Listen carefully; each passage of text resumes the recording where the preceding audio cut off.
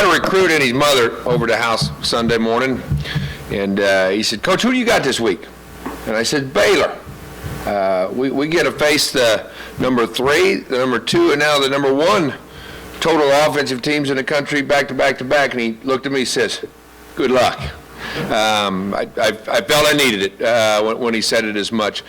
These folks, they average 720 yards of offense a game, 64 points a game. Now, the last 2 teams we played are 2 and 3, like I just told you. 720 yards is 100 more yards a game than Texas Tech and TCU are putting up. We got a great challenge, our football team does. Our kids understand that, and as always, they look forward to the week's work and what will be at the end of it. Two things. One, what they had, we usually motion with it, and we're trying to see how people are going to adjust to motion. With that motion that we see and then how they're matching up with everybody else, we weren't overly excited about what we saw with the motion, the 2 snaps that they ran, even though the one was a touchdown, a phenomenal play by Allen. Probably not a ball that should have been thrown, but when you throw it to Allen, you're safe sometimes every time you throw it in that direction. The other would be hindsight. We should have ran it more. Change at quarterback. Why have you been so patient with Sam? Well, he's a 5th-year player that thoroughly understands our offense, and that thorough understanding is a big part of it. Being able to check this to that, run this when you shouldn't run that, and then have the physical abilities to get that accomplished. If you don't have that mental piece in place as strong as it needs to be, it can be catastrophic, and we have great confidence in Sam in that piece of him being able to deliver.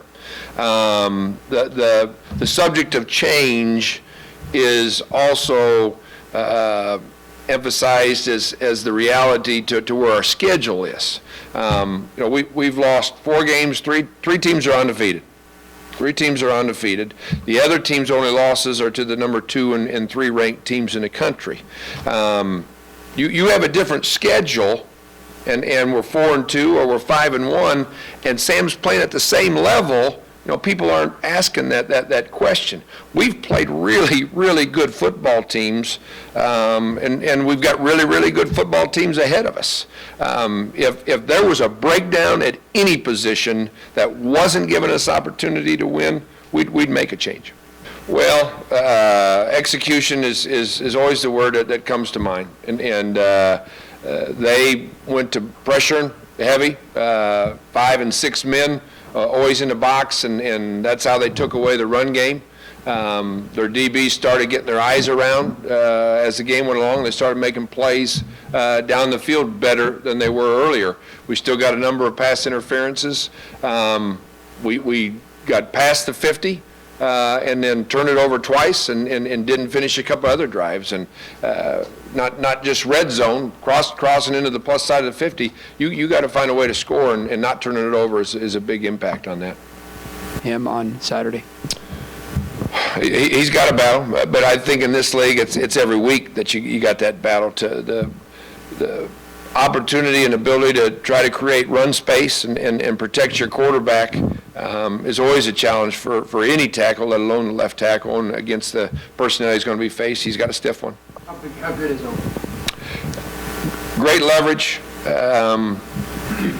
With that length, you'd think that would be natural, but he's got the strength to go along with it. And anytime you can use those levers like he does and get push and use his speed to make you overly concerned with the edge, then he invites and opens up the inside as well. He's a great player.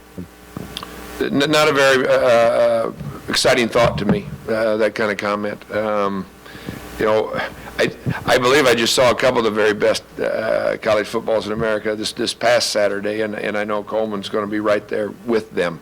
I just got done talking to national folks, and I mean, Coleman and Doxson, they're both All-Americans. I don't know how much further you can get as far as that, other than the individual awards, whether it be the Blitnikoff or the Heisman or whatever it is. He's a great player. He's a touchdown ready to happen every single snap.